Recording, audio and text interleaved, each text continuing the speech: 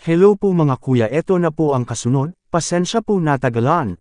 Wala po kasi ako load kaya pending laging mga upload ko, paki-like po at pasubscribe na rin sa aking channel Jessica Datuan Ortiz, maraming salamat po. Kabanata 2551-2560. Bumalik si Chen Lei sa inn, muling nagkarga ng kanyang enerhiya. Kritikal ang susunod na laban. Gayunpaman, tiwala si Chen Lei na kaya niyang manalo, ngunit wala rin siyang pakialam. Kinailangan niyang seryosohin, baka tuluyan na siyang tumaob sa gutter. Sa oras na ito, sa buong imperial na kabisera ng Prechin Kingdom, maraming makapangyarihang tao ang nag-uusap kung sino ang mas malamang na umaban, na malamang na matatalo ang maraming kalaban at maging una. Ang mga powerhouse ng lahat ng lahi at sekta ay may kanya-kanyang sumusuportang mga amo, at lahat sila ay malamang na ibagsak ang mga kalaban mula sa lahat ng antas ng buhay, papatayin sila hanggang sa wakas, at maging ang unang tao sa pagkakataong ito. Sa kanila, sa lahi ng tao, sina Qin Roakshan, Qin Zhao, at ang master ng sangkatauhan na nagngangalang Yu Qiyunkong ang may pinakamataas na boses. Ang Yu Qiyunkong na ito ay isang master ng unang antas ng Primordial Soul Realm. Ipinanganak siya sa Skysi Sect. Ang Skysi Sect na ito ay isang first-rate sect. Ang lakas ng buong sekta ay mas mahusay kaysa sa Prechin Empire at ng Great Qi Dynasty, ngunit mas malakas din. Gayunpaman, ang Tianhaizang na ito ay medyo malayo dito, at si Yu Qiyunkong, sa pagkakataong ito ay hindi kumakatawan kay Tianhaizang sa pagsubok na ito, ngunit sa ngalan ng kanyang sariling pamilya, lumahok sa pagsubok na ito, na sumasakop sa kota ng pamilya Yuqi. Si Yu Qiyunkong, sa panahon ng laro, ay parehong dinurog at tinalo ang kanyang mga kalaban, na nagpapakita ng isang uri ng kawalan ng kakayahan. Si Qin Roakshan ay karapat-dapat na maging numero 1 young master sa Prechin Empire. Nakasuot siya ng puting fur coat at puting gauze, walang maaninag ng malinaw ang mukha niya. Gayunpaman, ang isang pares ng mga mata na nabuksan ay sapat na nakamamanghang, namumulaklak na may malabituing kinang, tulad ng mga hiyas, puno ng espiritualidad, at walang batik.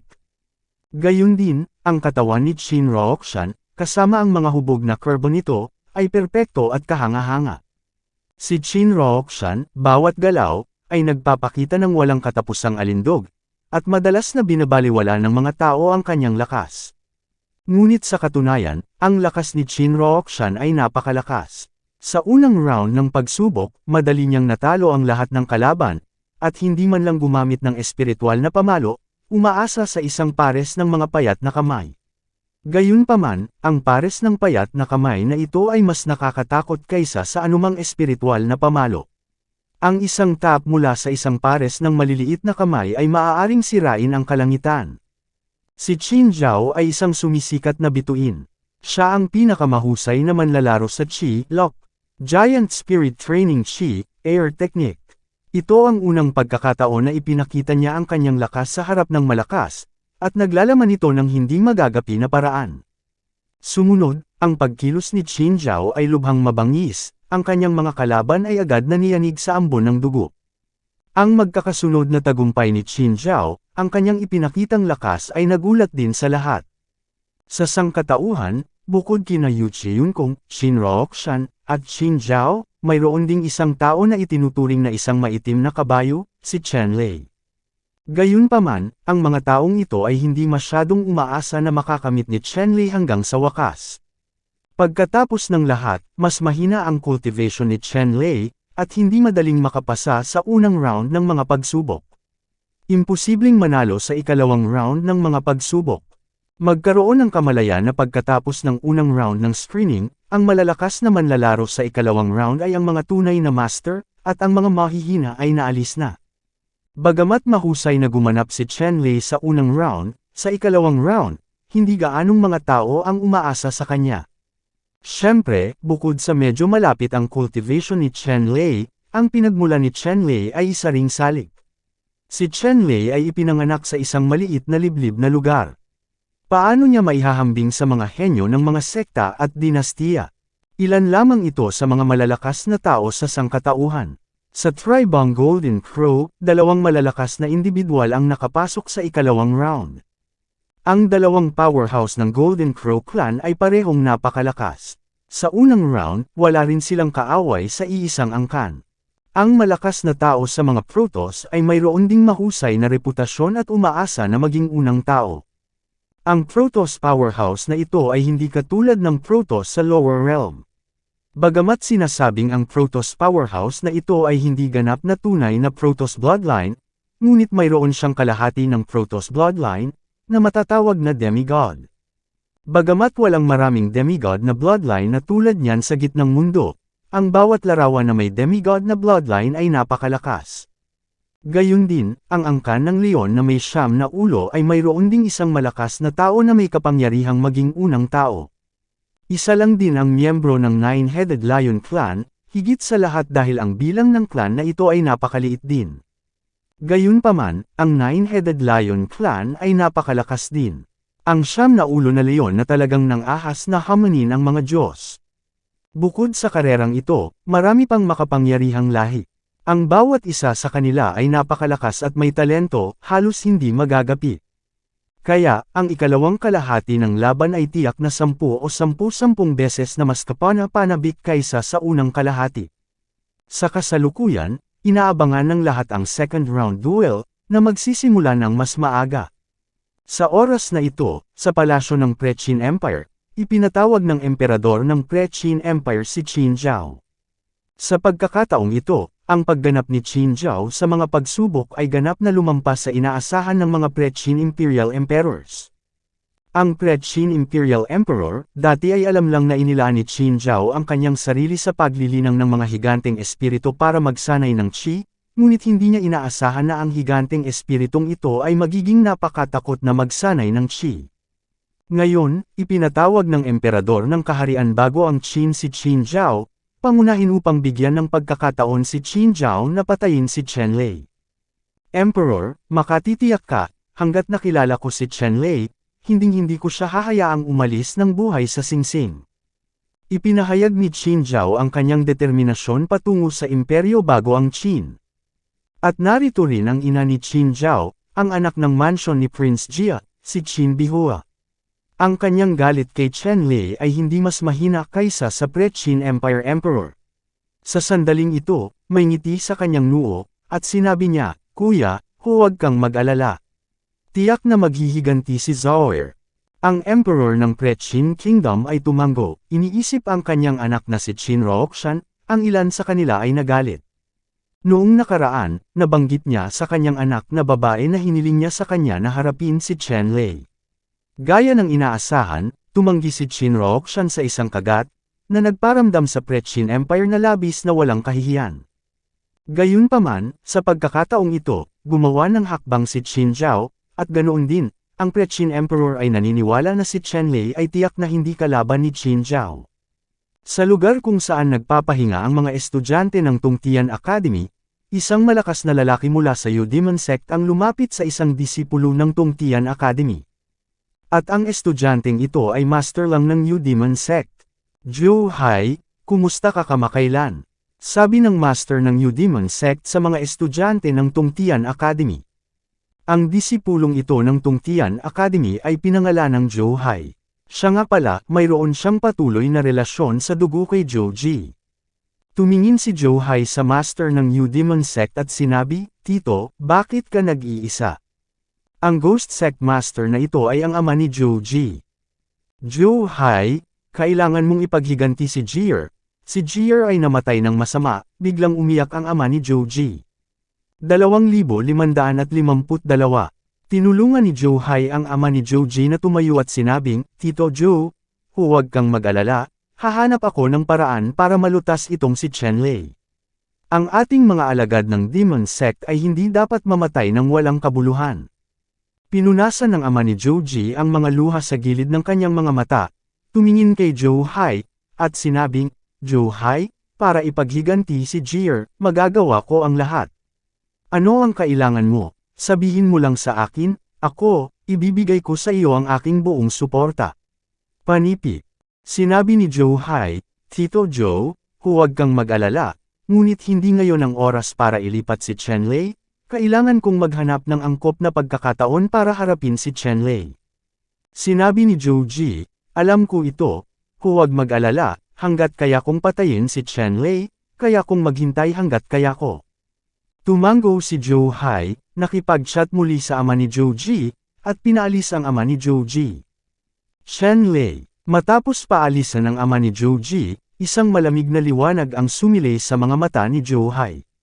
Hindi alam ni Chen Lei na nag-alala siya sa kanya bago siya pumasok sa Tungtian Academy. Sa oras na ito, binabawi ni Chen Lei ang kanyang lakas, bagamat mayroon lamang siyang isang araw, inilaan din niya ang kanyang sarili sa pagsasanay sa paglilinang, naghahanda para sa ikalawang round ng digmaan bukas. Sa sandaling ito, sa itaas ng ulo ni Chen Lei, biglang lumitaw ang isang purple sword wheel, at isang nakakatakot na liwanag ng espada ang namukadkad. Ito ang sword cultivation ni Chen Lei na nagpapadalisay sa chi, isang martial skill na napagtanto niya.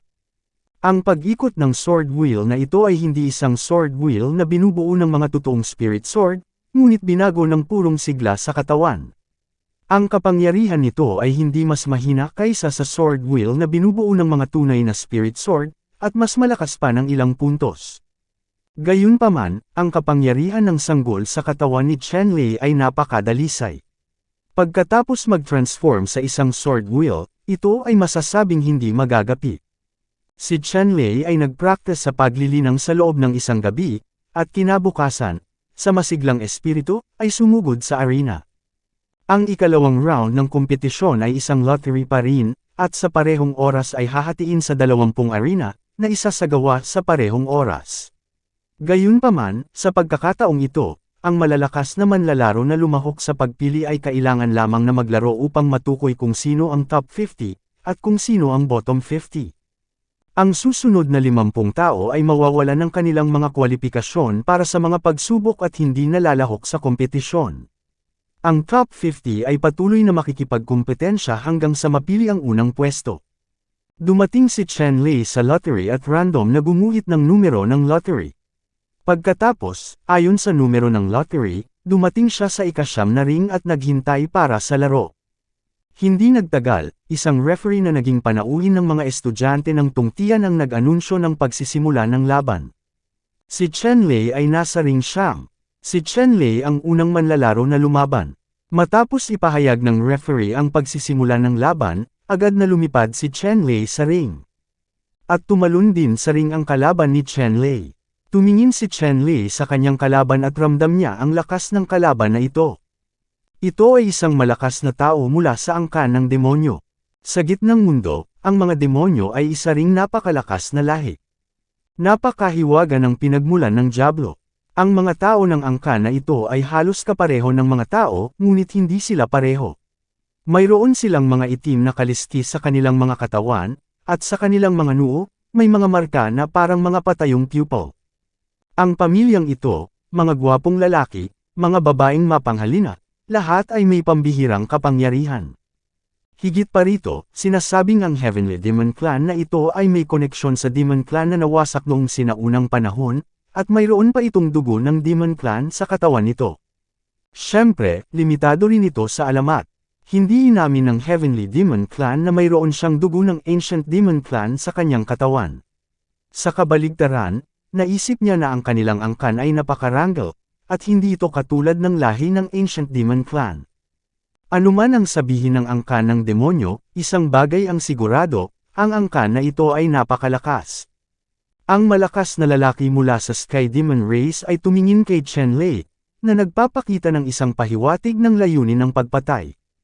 Kahit na ang mga demonyo ay maganda at kaakit-akit, lahat sila ay lubhang brutal at uhaw sa dugo, at sila ay talagang isang lubhang mapanganib na lahi. Ang makapangyarihang makalangit na angkan ng demonyong ito ay walang sama ng loob kay Chen Lei, ngunit nang siya ay lumitaw, natural siyang nagpahayag ng isang pahiwatig ng layuning pumatay. Wala itong kinalaman sa puot, ngunit likas na lahi. Ang malalakas na tao ng Sky Demon Race ay napakalakas. Dumiretso siya kay Chen Lei nang walang sabi-sabi sa ring. Ang malakas na tao ng angkan ng Chanmo ay may mga kuko na nagniningning ng itim na ginto, kasing lakas ng ginto at bakal, madaling tumagos sa ginto at makabasag ng mga bato, at napakalakas.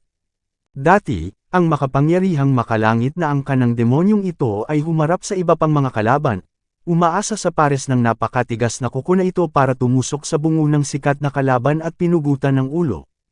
Sa pagkakataong ito, ang makapangyarihang makalangit na angkan ng demonyo, ang parehong bagay ang nangyari, sa sandaling siya ay bumaril, ito ay isang lore. Hinarap ni Chen Lei ang malakas na pag-atake ng angkan ng demonyo. Ang siyam na nascent soul sa kanyang katawan ay nagpalipat-lipat ng chi technique, at ang purple na chi ay agad na napuno ang kanyang katawan ng radius na 100 metro. Pagkatapos, pinalo ni Chen Lei ang kanyang kamao at direktang tumama sa langit. Malas, naghagis ng suntok si Chen Lei at tinamaan ang malakas na claw ng makalangit na demonyo clan. Maya-maya, gumawa siya ng singsing na ginto at bakal.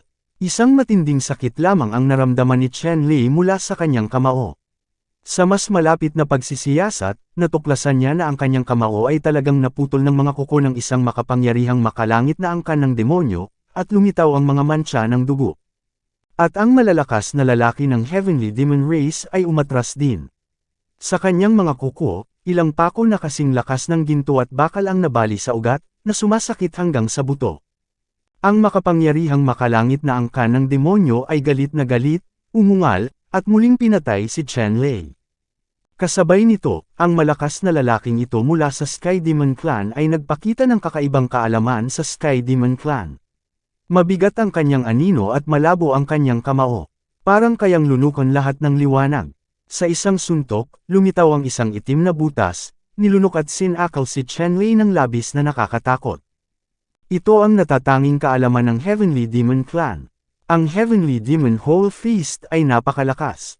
Ang ganitong uri ng boxing ay maaaring isagawa sa sukdulan, pagsira sa walang bisa na hadlang at pagmamadali sa isang mas mataas na antas ng mundo.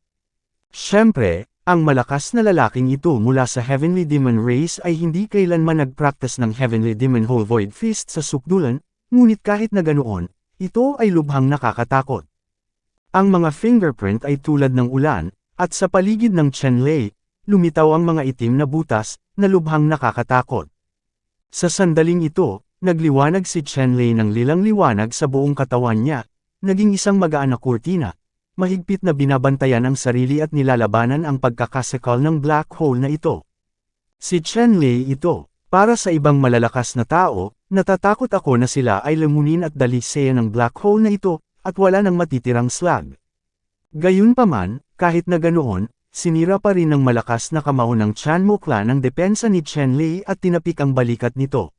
Sa isang iglap, nabasag ang kayamanan ni Chen Lei, at tumalsik ang dugo sa kanyang balikat. Ang ilan ay nilamon ng black hole. Tiningnan ni Chen Lei ang makapangyarihang makalangit na angkan ng demonyo. Ang makapangyarihang makalangit na angkan ng demonyo ay talagang napakalakas.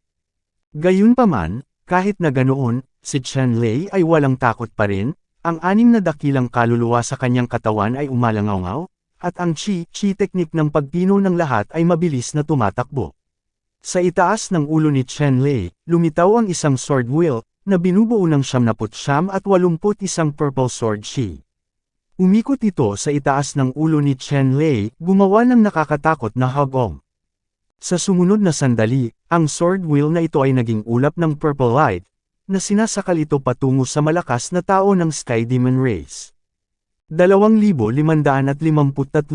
Ang malalakas na tao ng Sky Demon Clan ay napakalakas.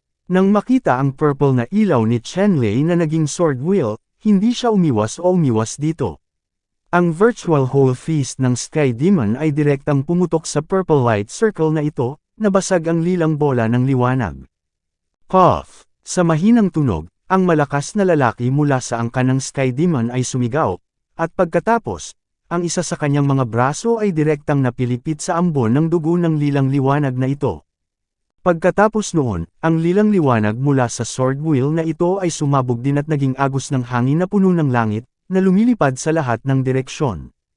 Ang malakas na lalaki mula sa Sky Demon Race ay marahas na umatras at tinitigan si Chen Lei ng napakalamig na mga mata. Hindi inaasahan ng malakas na tao ng Sky Demon Clan na ginamit niya ang sikretong pamamaraan ng Sky Demon Clan, ngunit hindi pa rin siya magagapi, at nabali ang kanyang braso. Pagkatapos, ang malakas na lalaki ng angkan ng Chanmo, kung saan nabali ang kanyang braso, ang kanyang laman at dugo ay namimilipit, at sa isang kisap mata, ang kanyang putol na braso, ay talagang lumaki, natatakpan ng isang suson ng itim na kalistis, kumikinang na parang metal. Ang malakas na lalaki ng angka ng tiyan mo ay sumigaw ng malakas, at hindi mabilang na itim na kalistis ang lumipad palabas sa kanyang katawan, naging ulan ng itim na liwanag, naglalabas ng nakakatakot na aura, at nagmamadaling pumunta kay Chenlei. Maraming powerhouse sa paligid na nanunood ng labanan ay humahanga pa rin sa paniniil ni Chenlei, at talagang winasak nila ang isa sa mga braso ng Celestial Demon Tribe.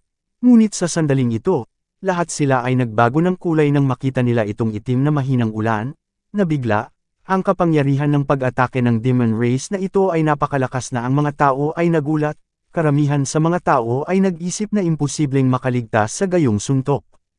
Naramdaman din ni Chenlei ang panganib, ngunit hindi siya nataranta. Ang tore ng lahat ng bagay ay lumitaw, na tinakpan siya, at kasabay nito, ang isa pang gulong ng espada ay namuo sa isang ulap ng lilang liwanag, na sinakal ang malakas na lalaki ng angka ng demonyo.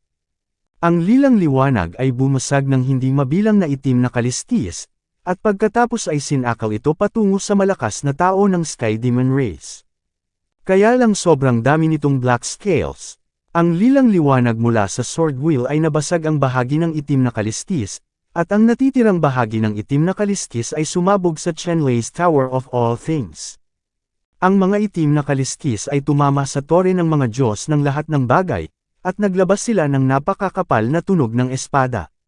Ang itim na liwanag ay nasa lahat ng dako, at ang mga alon ay patuloy na kumalat, na lubhang nakakatakot.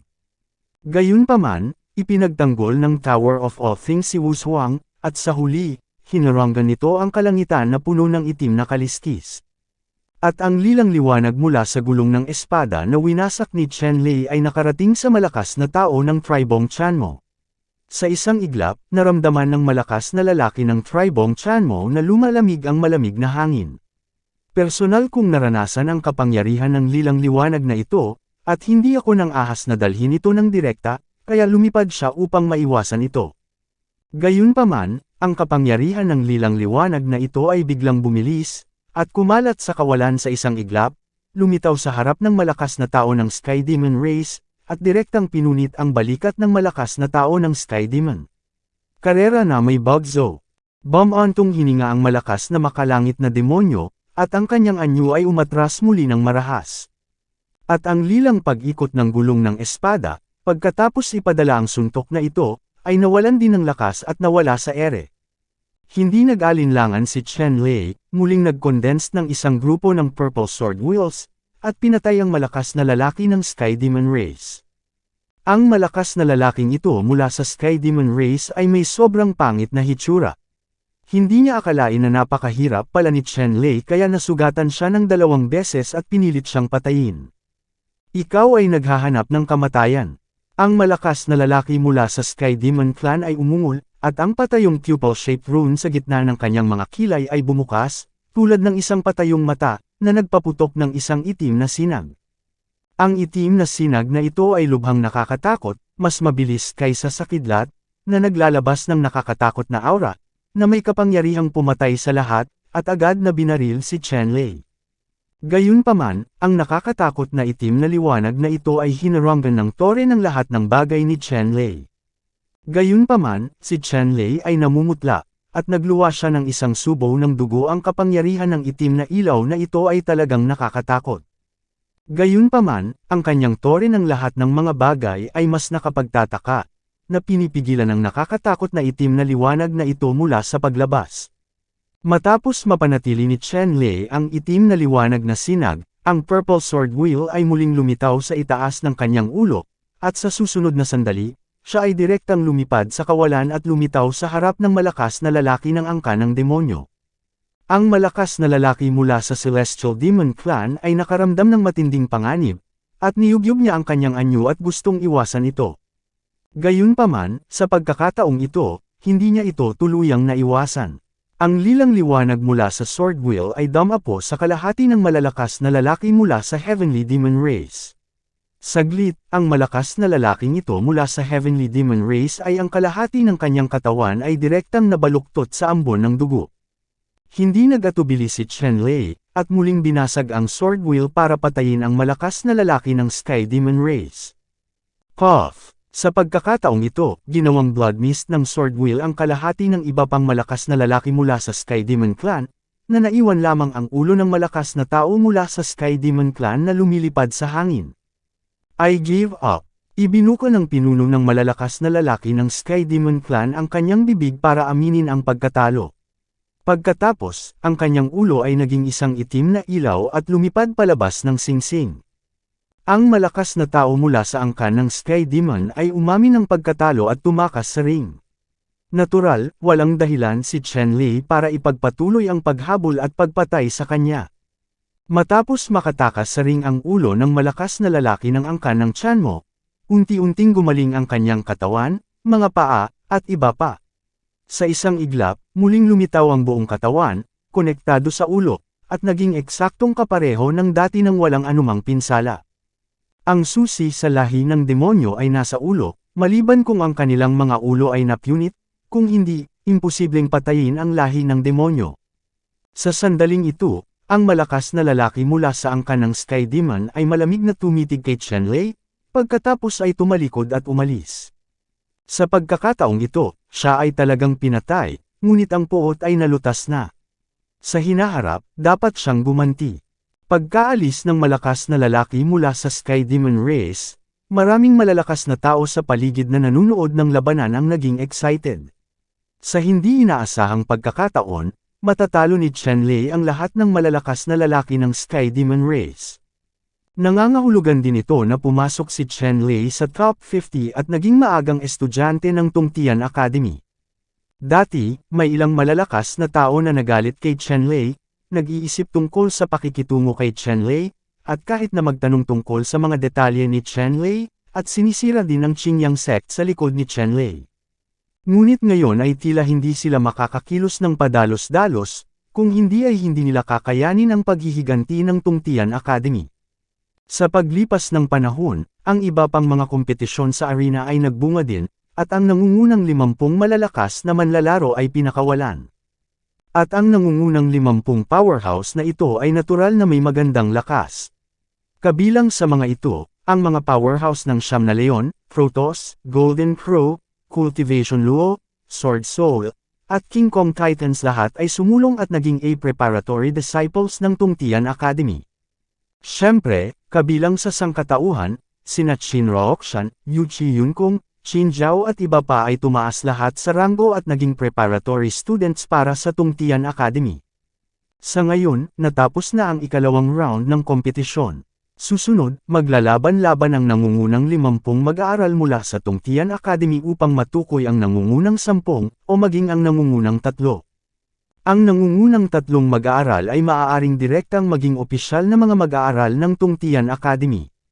2,554. Ang mga opisyal na estudyante ng Tungtian Academy ay hindi katulad ng mga preparatory students. Pagkatapos mong maging opisyal na estudyante ng Tungtian Academy, maaari mong ganap na sanayin ang iba't ibang nangungunang chi exercises at martial arts sa Tungtian Academy sa pamamagitan ng cultivation, at, sa ilalim ng gabay ni Master. Ang mga mag-aaral sa paghahanda ay walang mga karapatang ito. Dapat nilang matugunan ang mga kinakailangan para sa Tungtian Academy upang matugunan ang mga kinakailangan sa paglilinang para sa pagsasanay ng iba't ibang pagsasanay. Bukod dito, gayunpaman, ang awtoridad ng mga mag-aaral sa paghahanda ay malayo sa maihahambing sa mga formal na mag-aaral. Para naman sa mga preparatory students, kung gusto mong maging isang formal na estudyante, kailangan mong dumaan sa hindi mabilang na mga pagsusulit bago ka maging isang formal na estudyante. Kaya naman, sa pagkakataong ito, kahit natukoy na ang top 50, mas mahigpit pa ang kompetisyon para sa top 3. Sa katunayan, magiging mahigpit ang kompetisyon para sa nangungunang 10 pwesto. Ang nangungunang 10 mag-aaral ay gustong maging opisyal na mag-aaral ng Tungtian Academy. Bagamat kailangan din nilang dumaan sa mga pagsubok, mas madali sila. Ito rin ay isang kalamangan. Sa makatuwid, ang nangungunang 50 malalakas na tao ay nais na patayin ang nangungunang 10. Sa ikatlong araw, nagsimula ang ikatlong pag-ikot ng mga pagsubok. Sa pagkakataong ito, ang top 3 at top 10 ang matutukoy. Sa pagkakataong ito, mayroon ding lottery para matukoy ang kalaban. Ang 50 malalakas na manlalaro ay nahahati sa 25 na grupo at nakikipagkumpetensya sa 25 na arena sa parehong oras. Sa katunayan, kahit na ito ay nahahati sa 25 grupo at naglaban-laban sa 25 arena, maraming tao sa paligid ng bawat arena, at ang paligid ng arena ay ganap na nakaharang. Ang malalakas na tao sa lahat ng lahi ay may kanya-kanyang malalakas na taga-suporta, kaya natural na magkakaroon ng maraming manunood. Ang kalaban ni Chen Lei sa draw na ito ay isang gold medal master. Ang ginintoang pamilya ay isang angkan na minana matapos ang isang gintong Diyos sa gitnang mundo ay nagtataglay ng espiritualidad. Ang ginintoang pamilya, ang buong katawan nito ay gawa sa metal, at may mga banal na pattern sa loob nito, na nakakatakot. Ang pamilyang ito ng malalakas na lalaki ay isinilang na may malalakas na katawan at kilala na walang kapantay sa laman. Gayun din, sa angkan na ito, may mga pattern ng Diyos sa katawan, at maaari rin silang gumamit ng malalakas na kapangyarihang mahiwagang. Ang angkan ng ginto, ang paraan ng pagpipino ng paglilinang, ay hindi katulad ng lahi ng tao at iba pang lahi. Bagamat ang angkan na ito ay nagpino din ng mga pamamaraan ng chi sa paglilinang, hindi ito nakatuon sa pagpino ng mga pamamaraan ng chi, ngunit nagdadalubhasa sa pagtunaw at paglamon ng iba't ibang metal. At kapag ang mga powerhouse ng Gold Clan ay maaaring lunukan at pagsamahin ang ilang uri ng pambihirang banal na ginto, ang kanilang lakas ay tataas ng mabilis. Ito ang kaso ng malakas na lalaking ito mula sa Gold Clan, na minsan ay sumanib sa isang pambihirang gintong Diyos na tinatawag na Qinglian God Gold. Sa kasalukuyan, ang Golden Clan powerhouse na ito ay may malabong Cyan Divine Lotus Mark sa kanyang katawan, perpektong naghalo sa kanya. Ang malakas na lalaking ito mula sa Golden Clan, pagkatapos niyang sumakay sa singsing, ang kanyang katawan ay sumabog ng ginintoang liwanag, tulad ng isang bilog ng ginintoang araw, na may nakakatakot na aura. Hinarap ni Chen Lei ang malakas na lalaking ito mula sa karera ng ginto, bagamat ramdam niya ang lakas ng kalaban, hindi siya natakot. Patayin, walang masabi sa pagitan ng dalawang partido. Ito ay tungkol sa pagsasabi sa nanalo. Ang malakas na lalaki ng Golden Clan ay pumutok kay Chen Lei gamit ang isang kamao. Biglang, gininto ang liwanag ang pumuno sa kalangitan. Malakas at nakakatakot, ang nakasisilaw na gintong liwanag ay sumabog patungo kay Chen Lei. Malamig na sumangot si Chen Lei, pinatupad ang Divine Fist. Siyempre, sa mata ng lahat sa labas, ito ay ang Purple Chi Donglei Fist. Ang lilang chi ay malaganap, napapaligiran ng iba't ibang mga pangitain. Ang chi ay lubhang nakakatakot, kasing ganda ng mga bituin, at mga bang sa mga kamay ng Golden Clan. Ang lila at gintong dalawang kulay na liwanag ay agad na naging isang nakakatakot na ulap ng kabute, na tumataas pataas. Sa isang kisap mata, si Chen Lei at ang Golden Clan, isang malakas na lalaki, ay pisikal na nagbanggaan, naglabanan ng halos 100 suntok, at ang dalawang panig ay naghiwalay. Sa sandaling ito, naramdaman na lamang ni Chen Lei na malapit ng mahati ang kanyang kamao, at may kirot sa kanyang puso. Siyempre, basag din ang kamao ng Golden Clan Powerhouse, halos mabali. Sa mga tuntunin ng pisikal na katawan, si Chen Lei ay halos kapantay ng Gold Clan Powerhouse na ito. Sa oras na ito, sa ibang arena, nagkaroon din ng pagsabog ng pananabik, ngunit nakikipagkompetensya si Qin Zhao sa malakas na angkan ng Titan King Kong.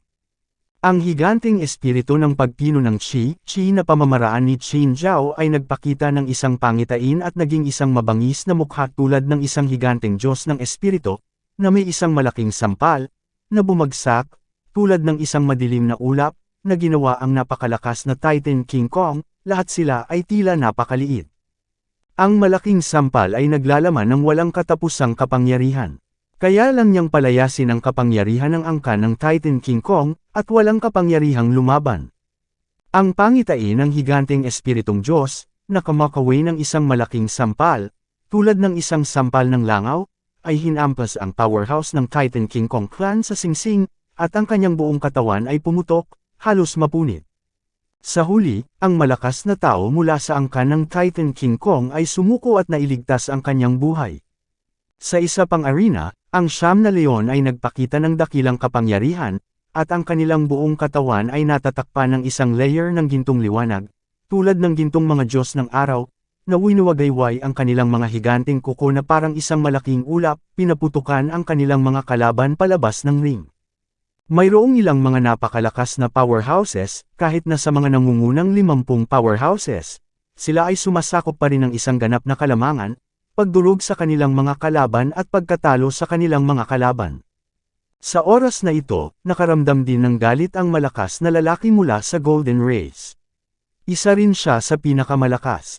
Gayunpaman, sa pagharap sa sangkatauhan, matagal na siyang hindi nanalo, na nagparamdam sa kanya ng labis na kawalan ng kahihiyan. Pagkatapos nito, ang Golden Clan powerhouse na ito, na may maraming berdeng lotus mark na lumilitaw sa kanyang katawan, ang kanyang aura ay lumakas kaagad, ngunit ginamit ang pinakamalakas na paraan upang talunin si Chenlei sa maikling panahon. Si Chenlei ay hindi nagpakita ng kahinaan, pinapatakbo ang lahat ng bagay upang pinuhin ang Chi technique, ang buong katawan ay nagpakita. Tulad ng isang Diyos, ang purple na Chi Donglei na kamao ay parang isang malaking bituin, at ang void ay nag-vibrate, na nakaharap sa Golden Clan Bai. Sa sandaling ito, ginamit ni Chenlei ang resonance ng 7 primordial souls, at ang kanyang mga yapak ay nagpakita ng pinakamataas na pamimilit, kaya halos lahat ng malalakas na tao sa paligid niya ay hindi makahinga. Boom! Ang kamao ni Chenlei, at ang malakas na kamao ng Golden Clan na namumukadkad ng berdeng lotus rune, ay nagbanggaan sa isa't isa. Sa isang iglap, hindi mabilang na rune at mga pangitain ang nabasag. Agad na natanggal ang kamao ng malakas na lalaki at naging gintong alabok sa kalangitan. Ibaba mo ako, sumigaw si Chenlei, napakabangis. Ang Purple Chi Donglei Fist ay parang meteor lightning, at 13 suntok ang direktang nabasag, at 13 malalaking marka ng kamao, lahat ng walang anumang bakas, ay tumama sa Golden Clan Powerhouse. Sa kanyang katawan, direktang inalag ng Golden Clan Powerhouse ang singsing at bumagsak sa lupa. Sa sandaling ito, nahulog sa lupa ang Golden Clan Powerhouse, biglang napunit at nawala ng kakayahang lumaban. Nakalanghap ng malamig na hangin ang mga tao sa paligid niya. Walang inaasahan na maabot ni Chenlei ang puntong ito at talunin ang pinakamalakas na miyembro ng Golden Clan.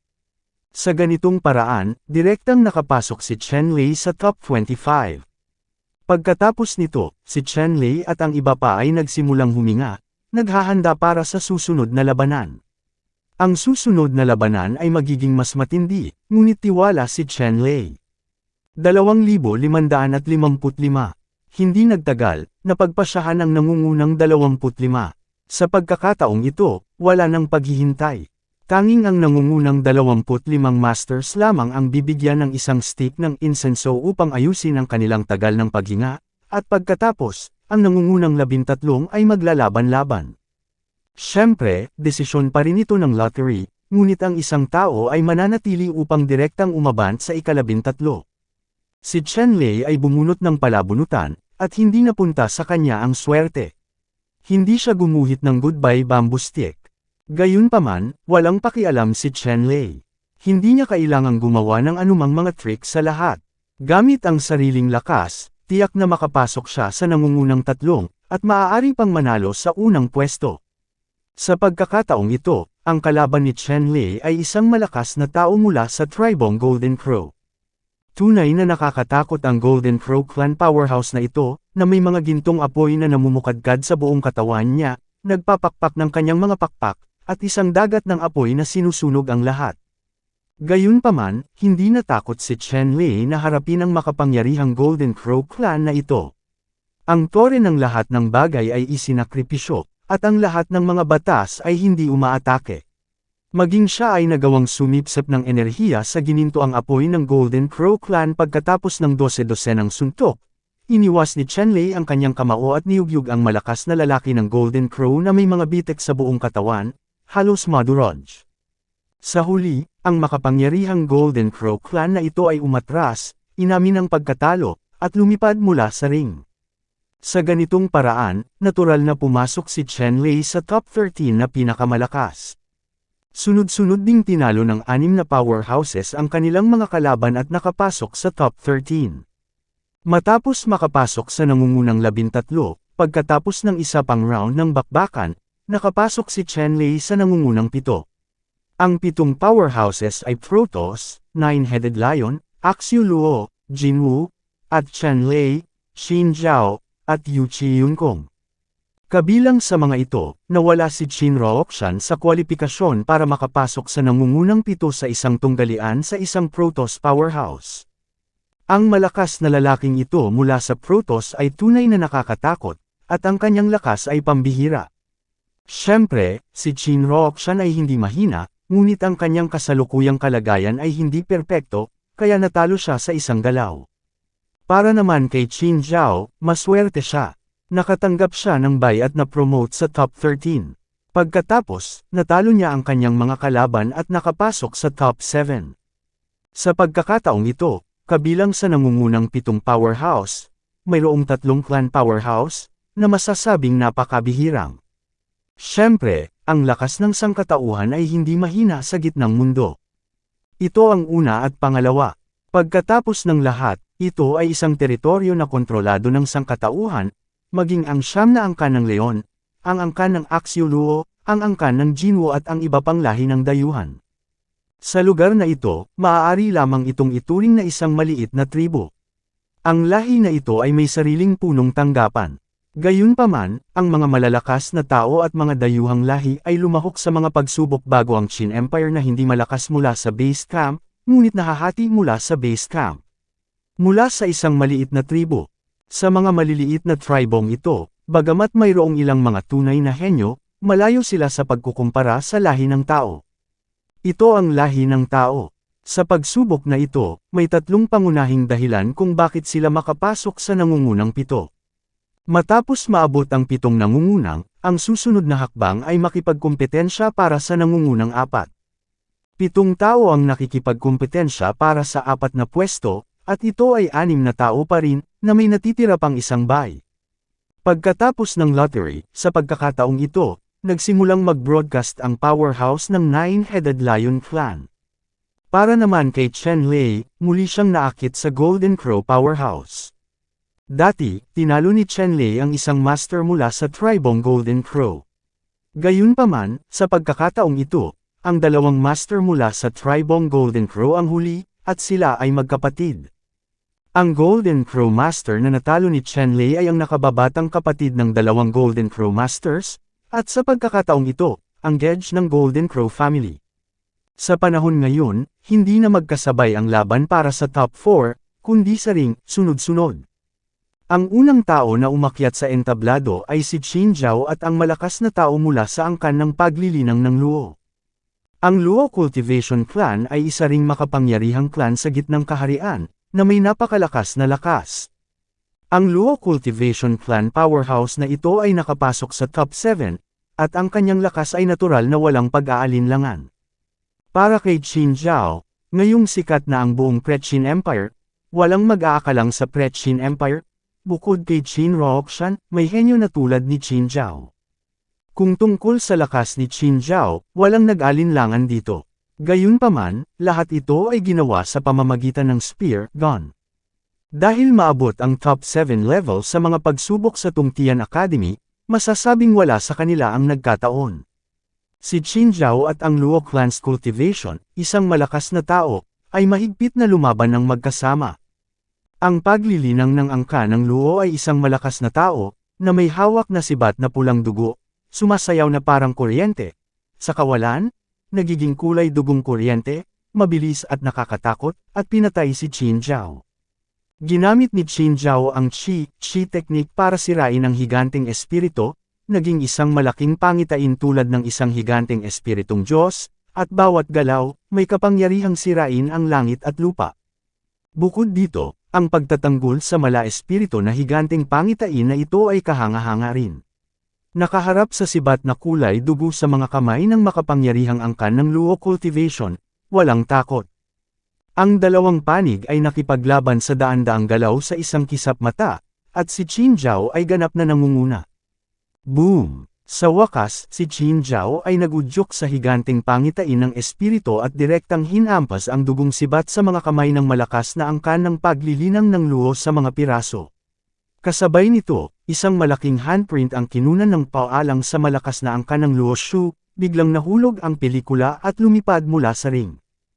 Puff! Itong Luo Clan powerhouse ay nagsuka ng isang malaking subo ng dugo sa hangin, at pagkatapos ay gamulong sa ilalim ng singsing, ang kanyang katawan ay natatakpan ng mga bitek. Ang powerhouse na ito ng Luo Cultivation Clan ay bumangon mula sa lupa, tinitigan si Qin Zhao, at tumalikod. Si Qin Zhaoji ay puno ng tagumpay, itinaas ang kanyang mga kamay, tinatamasa ang mga tagay ng hindi mabilang na malalakas na lalaki sa ilalim ng ring. Qin Zhao, Qin Zhao. Sa ibaba, hindi mabilang na makapangyarihang tao sa Pre-Qin Empire ang sumigaw ng pangalan ni Qin Zhao at tinuturing siyang bayani ng Pre-Qin Empire. At nasiyahan din si Qin Zhao sa pinakahihintay na pakiramdam na ito. Ang pakiramdam na ito ay nagpakalasing sa kanya. Kung ikukumpara sa kalungkutan na walang nakakaalam noong siya ay nagsusumikap sa paglilinang, ang pakiramdam na ito ng pagiging suportado ay talagang sobra. Okay. Nilibot ni Qin Zhao ang ring bago tumalon mula sa ring. Ang ikalawang laro ay isang tunggalian sa pagitan ni Chen Lei at ng nakatatandang kapatid ng Tribong Jinwu. Chen Lei, tinalo mo ang kapatid ko. Sa pagkakataong ito, kailangan kong talunin ka at ipaghiganti ang aking kapatid. Sa ring, sinabi ng malakas na lalaki mula sa angkan ng Jinwu kay Chen Lei. Tiningnan ni Chen Lei ang malakas na tribo ng Jinwu at sinabing, huwag ka nang magsalita ng walang kaparirikan at gawin mo na. Ang malakas na lalaki ng Tribong Jinwu ay nakinig, nagpakpak ng kanyang mga pakpak, at biglang, isang gintong apoy ang bumaril, hindi mabilang na mga gintong ball ang apoy, tulad ng mga gintong bituin, na umiikot sa gintong apoy, at pagkatapos, direktang nakaharap sa lumulubog na Chen Lei Kam, napakalaking kakilakilabot. Ramdam ni Chen Lei na ang makapangyarihang Jinwu Clan na ito ay talagang mas malakas kaysa sa nauna. Gayunpaman, hindi pa rin ito sapat, lalo na ang Tower of All Things ni Chen Lei, na hindi inatake ng lahat ng pamamaraan, at nasanay na rin siya sa Qi cultivation technique, at hindi natatakot sa ganitong uri ng apoy. Lumitaw ang Tower of All Things, pinuprotektahan si Chen Lei, pagkatapos ay iwinagayway ni Chen Lei ang All Things Feast at pinasabog ito patungo sa makapangyarihang Tribong Jinwu. Sunod-sunod na mga lilang fist print na may nakakatakot na pamimilit, tulad ng mga purple na bituin, siksik, at sumasabog patungo sa malakas na tribo ng Jinwu. Kasabay nito, si Chen Lei ay pumasok sa resonance state ng 8th Great Nascent Souls. Ang lakas ng fist print ay mas nakakatakot. Ang kalangitan na puno ng mga bakas ng kamao ay direktang nilunod ang malakas na lalaki ng Tribong Jinwu, at pagkatapos ay niyanig siya sa paglipad at nahulog sa singsing. 2,556. Ang makapangyarihang Jinwu Clan ay nahulog sa ring, kalahati ng kanyang katawan ay nabasag, lubhang miserable. Ang malakas na lalaki mula sa Tribong Jinwu ay napahiya kaya sa wakas ay tumakas siya. Pagkatapos noon, hinarap ni Yu Chi Yunkong ang malakas na lalaki mula sa Protoss. Si Yu Chi Yunkong ay walang kap-ares sa lakas ng labanan, ngunit medyo mahina pa rin siya kumpara sa mga powerhouse ng Protoss. Matapos ang 100 galaw, kinuha ng malakas na lalaki ng Protoss ang palad mula sa singsing. Sa ganitong paraan, lumabas ang top 4, sila ang 9 na leon na nakapasa sa bye round, Chen Lei, Qin Zhao, at ang Protoss powerhouse. Ang 4 na taong ito ay sasabak para sa nangungunang 3 at unang pwesto, at 13 pang malalakas na manlalaro ang maglalaban-laban din para matukoy ang nangungunang 10 ranggo. Gayunpaman, malinaw na ang labanan ng nangungunang 4 ang higit na nakakaakit ng pansin. Kung tungkol sa nangungunang 10 laban, kakaunti ang mga tao na nagbigay pansin. May tabla pa ang top 4 para matukoy ang kanilang mga kalaban. Magkakaroon ng 1 oras na pahinga sina Chen Lei, Protoss, at Qin Zhao, at pagkatapos ng 1 oras, makikipagkumpetensya sila. Si Chen Lei at ilang tao ay nagpahinga ng 1 oras, pagkatapos ay sinimulan nila ang lottery. Hindi nagtagal, determinado na ang kanilang mga kalaban. Ang kalaban ni Chen Lei ay ang 9 na leon, at ang kalaban ni Qin Zhao ay isang malakas na tao mula sa Protoss. Sa unang laro, ito ay Qin Zhao He Protoss. Si Qin Zhao ay puno ng kumpiyansa at tumingin sa makapangyarihang mga larawan. Kung kaya niyang talunin ang Protoss Powerhouse, hindi lang siya magkakaroon ng dakilang prestihiyo at magiging opisyal na disipulo ng Tungtian Academy, ngunit patunayan din sa mundo na siya ang unang henyo ng Prechin Kingdom. Matapos lumitaw si Qin Zhao sa harap ng mundo sa pagkakataong ito, lumakas ang kanyang kumpiyansa, at sinanay ng higanteng espiritu ang Qi technique. Ito ay talagang isang supreme Qi, air refining technique na nahukay mula sa mga sinaunang guho, at ang kapangyarihan nito ay pambihira. Sa mga araw na ito, hindi nasisiyahan si Qin Zhao dahil siya ang pangalawang henyo ng Prechin Empire. Lagi niyang gustong kunin ang titulong unang henyo mula kay Qin Ruoxian. Si Qin Ruoxian ay natalo sa kamay ng makapangyarihang Protoss na ito. Kung kaya niyang talunin ang makapangyarihang Protoss na ito, natural na siya ang magiging unang henyo ng Prechin Empire. Sa makatuwid, nang kaharap ang makapangyarihang larawang ito, si Qin Zhao ay labis na nasasabik at gustong subukan ang kanyang makakaya upang talunin ang makapangyarihang larawang ito. Ang malakas na tao mula sa Protoss ay pinangalan ng Ji Huafei, na ang apelyido ay Ji. Sa mga Protoss, ang apelyido ay ang pangalan ng dakilang pamilya. Kabilang sa Protoss, Jiang, Ji, at Zhou ang tatlong pangunahing apelyido, at kasabay nito, sila rin ang tatlong makapangyarihang apelyido ng Protoss. Si Ji Huafei ay nagmula sa Ji clan ng Protoss, ngunit wala siya sa direktang linya. Ang kanyang kadugo, sa Protoss, ay nakagawa ng isang krimen, pinarusahan at ipinatapon ng kanyang mga ninuno, at pumunta dito. Ang pinakadakilang hangarin ni Ji Huafei ay pangunahan ang tribo na bumalik sa Diyos na bundok na tinitirhan ng Protoss. Gayunpaman, hindi madaling gawain ang bumalik sa 10,000 Gods Mountain. Kung gusto ni Ji Huafei na bumalik sa 10,000 God Mountain, kailangan niyang magkaroon man lang ng lakas para maabot ang God King. Ang hari ng mga Diyos ay katumbas din ng kaharian ng langit sa gitnang mundo. Umaasa sa mga mapagkukunan ng kanyang sariling angkan, nais ni Ji Huafei na linangin ang langit na kaharian ng hari. Hindi ko alam kung ilang 10,000 taon ang aabutin para makapasok sa Tungtian Academy. Sa tulong ng mga mapagkukunan ng Tungtian Academy, ang paglilinang ay maaaring gawin itong mas mababa kaysa sa kaharian ng Heavenly King. Ang pagdaan sa hindi mabilang na mga ditor at pagtitipid ng hindi mabilang na oras ang dahilan kung bakit lumipad si Ji Hua upang lumahok sa kompetisyon ng Tungtian Academy. Kung hindi dahil dito, sa pagmamalaki ng Protoss, ang lagim at kahihiyan na lumahok sa mga pagsubok sa Tungtian Academy. Dapat mong malaman na sa buong Middle Realm, ang Heaven Seminary sa Protoss ay mas malakas lamang kaysa sa Tungtian Academy. Gayunpaman, ang Heavenly Seminary na ito ay nagre-recruit lamang ng mga disipulong Protoss. Sa kasamaang palad, si Ji Huafei ay wala na ngayong mga kwalifikasyon upang makabalik sa Protoss, lalo pat pumasok sa Heavenly Academy sa Protoss. Sa makatuwid, gustong pumasok ni Ji Huafei sa Tungtian Academy. Tumingin si Ji Huafei kay Qin Zhao at naramdaman niya na ito ay isang mabigat na kalaban. Gayunpaman, si Ji Huafei ay pare-pareho ang tiwala, siya ay hindi magagapi, at ang kaluwalhatian ng Protoss ay hindi nagpabagsak sa kanya. Sa arena, hindi na nag-alinlangan pa si Qin Zhao, at agad na isinagawa ang Qi technique.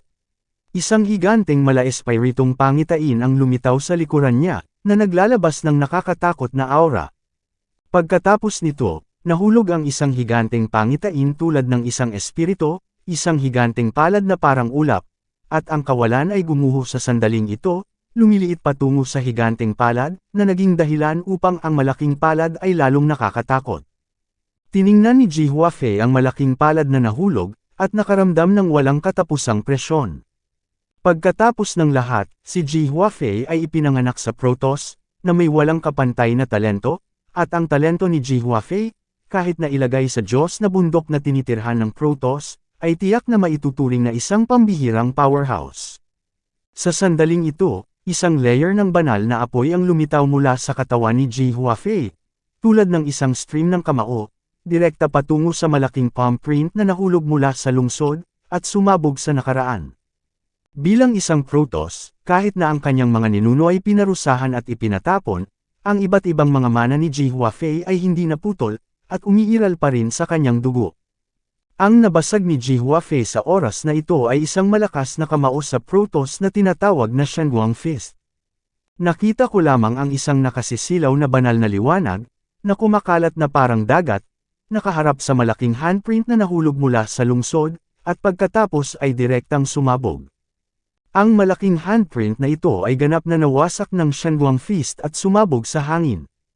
Malamig na bumhantong hininga si Qin Zhao, hindi na siya nagulat sa sandaling ito, kung tutuusin, alam na alam niya ang lakas ng Protoss. Muling nabasag ni Qin Zhao ang kanyang paningin, ang giant spirit na nagpapadalisay ng Qi technique para gumana. Ang martial arts na naitala sa giant spirit refining Qi technique ay patuloy na ipinakita, at direktang inatake si Ji Huafei. Si Qin Zhao ay masasabing walang reserbasyon, at ginamit niya ang lahat ng kanyang lakas, kahit na gumamit ng iba't ibang sekretong pamamaraan upang madagdagan ang lakas ng kanyang mga putok. Sa sandaling ito, si Qin Zhao ay nagmukhang isang Diyos, at ang kapangyarihang nagmumula sa kanya ay nagdulot ng maraming makapangyarihang tao sa paligid niya na gustong yumuko. Sinubukan ni Qin Zhao ang kanyang makakaya, ang kanyang lakas ay nakakatakot, ngunit kinuha ni Ji Huafei ang lahat. Hindi madaling talunin ang Protoss, lalo na para sa isang henyo tulad ni Ji Huafei. Ginamit ni Ji Huafei ang lahat ng uri ng lihim na pamamaraan ng mga Diyos para harangin ang mga pag-atake ni Qin Zhao. Pagkatapos ng daan-daang galaw, nakita ni Ji Huafei na hindi na ito kayang pigilan ni Qin Zhao. Ang ganitong buong pagbaril ay kumonsumo ng maraming enerhiya at ito ay natural na nakakagulat. Habang nag-e-enjoy si Qin Zhao sa drama at bumagal ang pag-atake, hindi nag-atubili si Ji Huafei na maglunsad ng counterattack. Ang ganting atake ni Ji Huafei ay mas nakakamangha. Tulad ng isang marahas na bagyo, ang mga lihim na pamamaraan ng iba't ibang mga Diyos ay naging dahilan upang si Qin Zhao ay halos hindi makalaban. Boom! Sa wakas, inilabas ni Ji Huafei ang kanyang banal na palad, at ipinutok ito sa higanteng mala espiritu na pangitain sa likod ni Qin Zhao, na agad na nadurog ang pangitain ito. Cough! Nasugatan din si Qin Zhao, at samuka siya ng malaking subo ng dugo. Hindi nagpakita ng awa si Ji Huafei, at muling itinuro, isang banal na liwanag ang lumipad at bumagsak kay Qin Zhao, na ginawang dagdag na butas ng dugo si Qin Zhao. Pinitik ni Ji Huafei ang kanyang daliri, at lumipad ang banal na liwanag. Sa isang kisap mata, mayroong higit sa 100 butas ng dugo sa katawan ni Qin Zhao. Sa huli, si Qin Zhao ay natakot at agad na pumayag. 2,557. Nanalo si Ji Huafei, nagretiro sa ring, at nagsimulang mag-reload. Maging si Ji Huafei, bilang isang Protoss powerhouse, ay nakadama ng matinding pressure. Hindi madaling talunin si Qin Zhao. Muntik na niya itong mailabas. Buong pagsisikap. Ang sumunod na labanan ay ang laban ni Chen Li at ng Siyam na Leon. Siyam na Leon, bawat individual ng angkan na ito ay napakalakas at hindi magagapi. Siyam na Leon ang tumalon sa ring. Sila ay napakalaki, tulad ng mga burol, at puno ng isang napakalaking pakiramdam ng pang-aapi. Ang buong katawan ng Siyam na Leon ay ginto, lalo na ang mga singsing ng min sa kanilang leeg. Kahit na mas ginintoang, walang hangin, tulad ng isang gintong apoy na tumatalon, napakalakas. Ang Siyam na Leon ay may 9 na ulo, bawat isa sa kanila ay hindi galit at mapagpanggap, at ang kanilang mga mata ay marangal, at si Chen Lei ay matatag na nakatutok. Sa sandaling ito, si Chen Lei, na nakatayo sa harap ng Siyam na Leon, ay mukhang napakaliit. Gayunpaman, hindi naman mahina ang aura ni Chen Lei. Sa pagharap sa Siyam na Leon na narinig ng maraming makapangyarihang tao, wala siyang takot. Umuungol. Siyam na Leon ang biglang umungal sa langit, at 9 na ulo ng leon ay sabay na umungal, na ikinagulat ng mundo. Ngayon ko lang nakita ang buong arena, at may mga gininto ang sound wave sa lahat ng dako, malawak at makapangyarihan, na sumasakop sa bawat sulok ng arena na ito, na nakakulong kay Chen Lei sa mga sound wave. Ang mga sound wave na ito ay lubhang nakamamatay. Kung ikaw ay nasa labas, madali mong mayayanig ang mga sagradong bundok, mapunit ang lupa, at maputol ang mga ilog. Masasabing isa itong hindi magagapi na mahiwagang kapangyarihan. Ang 9 na ulo na leon ay nagbigay ng malaking kahalagahan kay Chen Lei. Sa sandaling lumitaw ang mga ito, ginagamit nila itong walang cap-ores na supernatural na kapangyarihan. Maraming malalakas na tao ang nanunood ng labanan sa ibaba, nang makita nilang lumitaw ang Siyam na Leon. Ginamit nila ang malaking killer move na ito. Lahat sila ay nabigla, iniisip na si Chen Lei ay tiyak na mamamatay, at walang sinuman ang umaasa kay Chen Lei. Anong mahiwagang kapangyarihan mayroon ang Siyam na Leon na ito? Ang nakamamatay na kapangyarihan ay nakakatakot. Sa mga nakaraang labanan, gaano man kalakas ang isang master, ang dagandong ng Siyam na Leon ay hindi maiwasang mabigla sa isang ambon ng dugo sa isang iglap. Si Chen Lei ay natakot at nakaramdam ng matinding kamatayan na paparating, halos masira ang kanyang katawan. Noong si Chen Lei ay nasa lower realm, minsan ay nakakita siya ng isang pamilya ng Siyam na Leon. Gayunpaman, ang dugo ng Siyam na Leon sa lower realm ay hindi maihahambing sa Siyam na Leon sa middle realm. Ang Siyam na Leon sa lower realm ay hindi maihahambing sa Siyam na Leon sa middle realm. Tunay na nakakatakot ang Middle Earth. Hindi nagatubili si Chen Lei, at direktang isinakripisyo ang tore ng lahat ng bagay, na nakabitin sa itaas ng kanyang ulo, at ang tore ng lahat ng bagay ay naghulog ng isang lilang liwanag, na mahigpit na nagbabantay sa kanya at hamarang sa tunog ng kalangitan.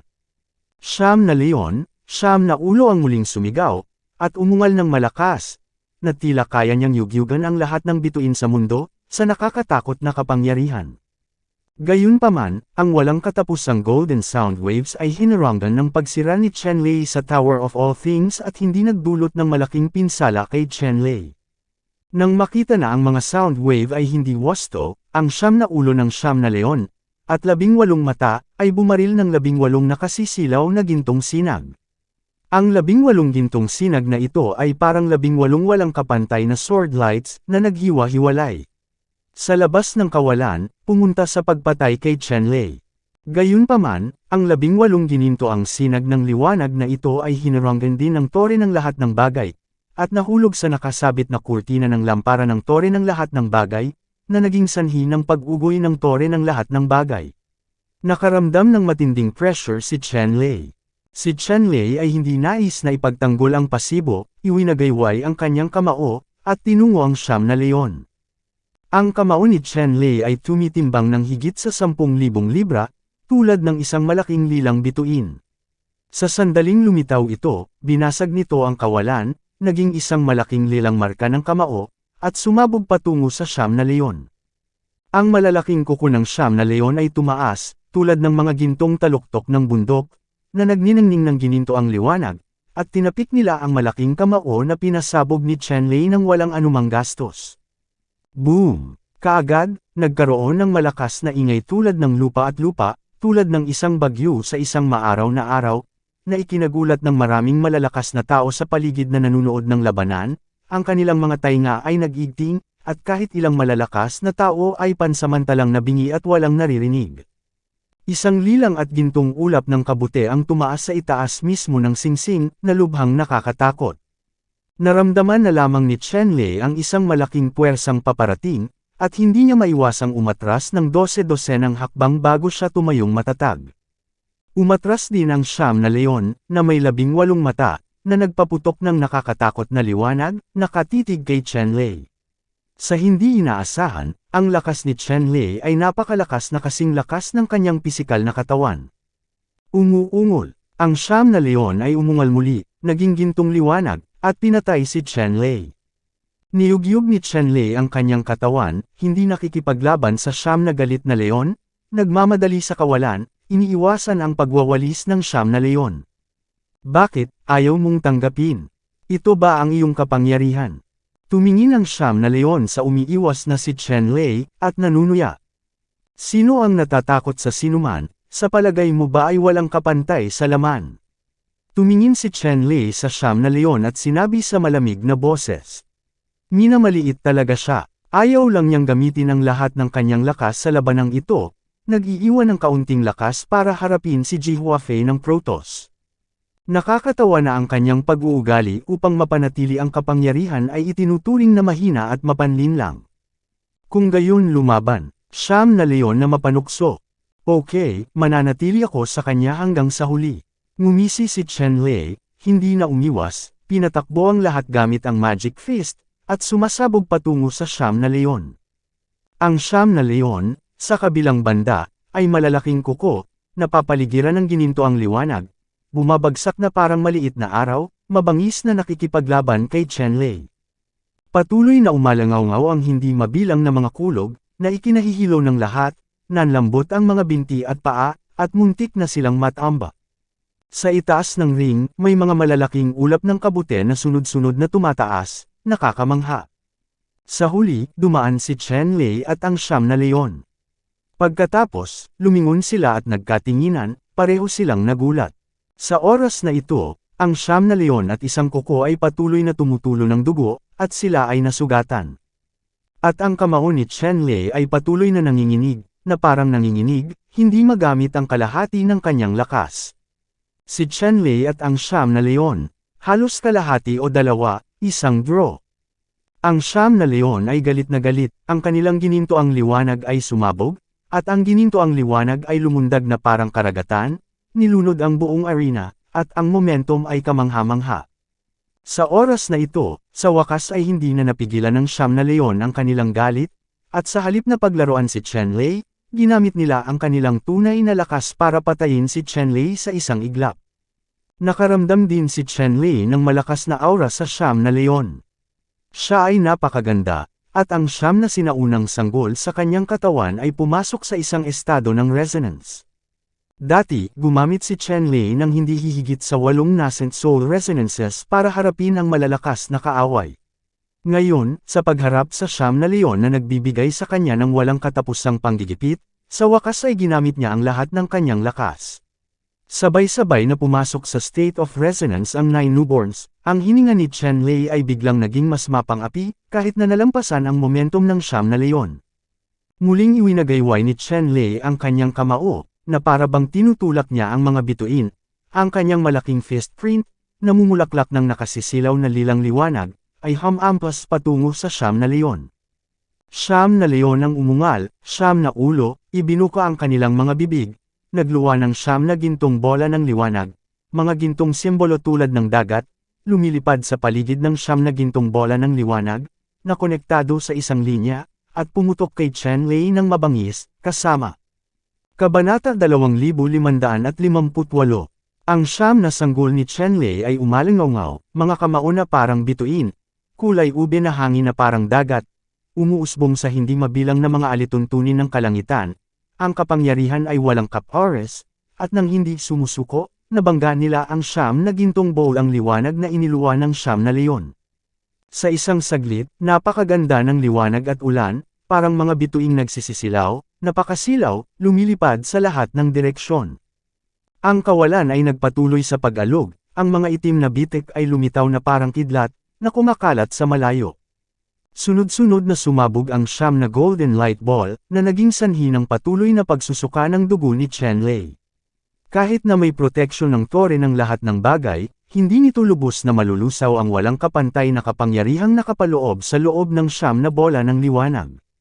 Gayunpaman, ang kamao ni Chenlei ay mas walang kabuluhan, at pinasabog niya ito ng isang suntok, na direktang sumabog sa Siyam na kuko ng mga leon, na ginawa itong ulap ng dugo.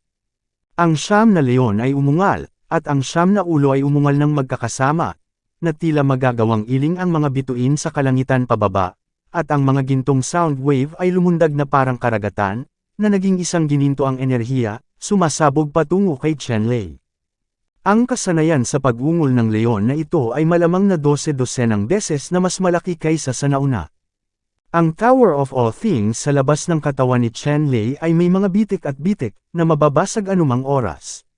Sa katawan ni Chenlei, ang Siyam na sanggol ay huminga at huminga ng sabay-sabay, at ang tore ng lahat ng mga bagay ay namumulaklak ng banal na liwanag, at ang hindi masusukat na lilang enerhiya ay nakuha mula sa malayong kalawakan at iniksyon sa tore ng lahat ng mga bagay, na ginawang ganap na nawala ang bitik ng tore ng lahat ng mga bagay, naging napakalakas muli. Sa sandaling ito, 79 at 81 lilang ilaw ng espada ang bumaril mula sa tore ng lahat ng bagay, na bumubuo ng isang malaking gulong ng espada, matalim at matalim, nagiging isang lilang bola ng liwanag, at muling pinatay ito patungo sa Siyam na Leon. Sa pagkakataong ito, si Chen Lei ay nasa estado pa rin ng resonance sa siyam na sanggol, at ang lakas ng sword wheel ay tumaas ng husto. Kasabay nito, agad na ginamit ni Chen Lei ang crit rune at binasbasan ito sa sword wheel, na ginawang mas nakakatakot ang kapangyarihan ng sword wheel. Ang siyam na ulo na leon, nang makita ang bola ng liwanag na kahawig ng isang pinutol na lilang ulap, ay nakaramdam ng malaking panganib, isang bakas ng gulat ang lumitaw sa aking puso, at intuitive na sinabi sa kanya na ang lilang liwanag na ito ay lubhang mapanganib, kung hindi kung magtatago ka, ang iyong buhay ay maaaring nasa panganib. Ang siyam na leon ay hindi nagatubili at naging gininto ang liwanag, agad na sinubukang iwasan ito. Gayunpaman, kahit na ang bilis ng siyam na leon ay mabilis, ang lilang liwanag ay mas mabilis, na direktang sumasakop sa kalahati ng siyam na leon. Puff! Sa mahinang tunog, ang likod ng siyam na leon ay napilipit sa ambon ng dugo ng gulong ng espada at naging kawalan. Ang siyam na leon ay umungal, kalahati ng kanilang mga katawan ay naging gintong liwanag, at tumakas sa ilalim ng singsing. Sa sandaling ito, ang siyam na leon ay tumingin kay Chen Lei, at halos lahat sila ay nakahinga ng apoy sa kanilang 18 mata, sa hindi inaasahang pagkakataon, sila ay matatalo ni Chen Lei. Iniangat ni Chen Lei ang kanyang kamay, hindi pinansin ang galit sa mga mata ng siyam na leon. Sa labanang ito, natalo ni Chen Lei ang siyam na leon. Sa oras na ito, sasabak sina Chen Lei at Ji Huafei ng Protoss para sa una at ikalawang pwesto, habang ang siyam na leon at Qin Zhao ay maghaharap sa isa't isa. Ang nagwagi ay nasa ikatlong pwesto, at ang natalo ay nasa ikaapat na pwesto, nawawala sa nangungunang tatlo. Ang huling labanan ay naka-schedule para bukas. Sa sandaling ito, maging si Qin Zhao, ang siyam na leon, o si Chen Lei at Ji Huafei, pagkatapos ng isang mahusay na labanan, lahat sila ay kumonsumo ng maraming pera, at kahit na nagdusa ng malubhang pinsala. Sa maikling panahon, tiyak na imposibleng bumagal. Para sa kapakanan ng pagiging patas ng huling pick battle, para maipaglaro ng mga kalahok ang kanilang tunay na level, natural na isasagawa ang laban na ito pagkatapos nilang ganap na makabangon. Bilang karagdagan, pagkatapos ng isang araw ng tunggalian, napili na rin ang 10 pinakamalakas na manlalaro. Sa katunayan, kabilang sa top 10, ang top 4 ay natukoy na, sina Qin Zhao, 9 Lions, Ji Huafei at Chen Lei ng Protoss. Ang natitirang 6 ay sina Qin Roakshan, 2 magkapatid na lalaki mula sa Jinwu Clan, Yu Chi Yunkong, isang powerhouse ng Cultivation Luo Clan, at isang powerhouse ng True Dragon Clan. Ang totoong Dragon Clan ay isang malakas na tao. Hindi lang siya nakipag-compete kay Chen Lei. Gayunpaman, sa top 10 competition, isa-isa niyang natalo ang kanyang mga kalaban at nakapasok sa top 10. Sa top 10 powerhouses, ang top 3 ay direktang magiging opisyal na estudyante ng Tungtian Academy, habang ang 7 iba ay sasailalim sa pagsusulit. Kung makumplito nila ang gawain sa pagsusulit, maaari rin silang maging mga mag-aaral ng Tungtian Academy para sa natitirang 40 malalakas na estudyante sa top 50. Sila ay magiging preparatory students, habang ang bottom 50 sa top 100 ay magiging apprentice. Gayunpaman, walang tatanggi sa pagkakataong makapasok sa Tungtian Academy. Si Chen Lei at ang iba pa ay bumalik lahat para magpahinga. Naghahanda para sa huling labanan sa susunod na araw. Kinabukasan, nakarating ang lahat sa arena sa tamang oras. Sa oras na ito, ang siyam na leon na malubhang nasugatan noong nakaraang araw, at kalahati ng kanilang mga katawan ay nawasak ni Chen Lei, ay ganap na nakabawi at naibalik ang kanilang orihinal na marilag na anyo.